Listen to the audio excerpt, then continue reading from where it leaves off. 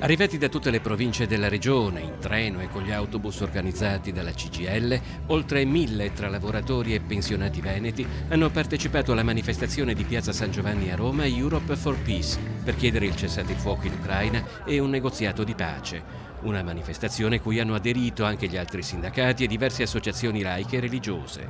E pensiamo che sia necessario un cessate al fuoco immediato, una ripresa dei negoziati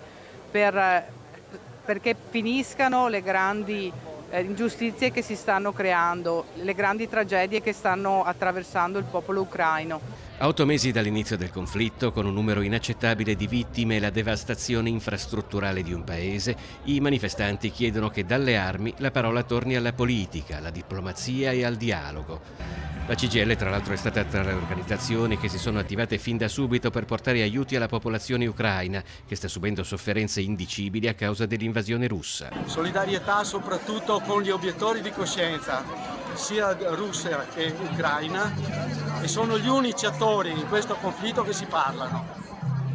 Siamo in una regione, il Veneto, dove vediamo molte bandiere della pace,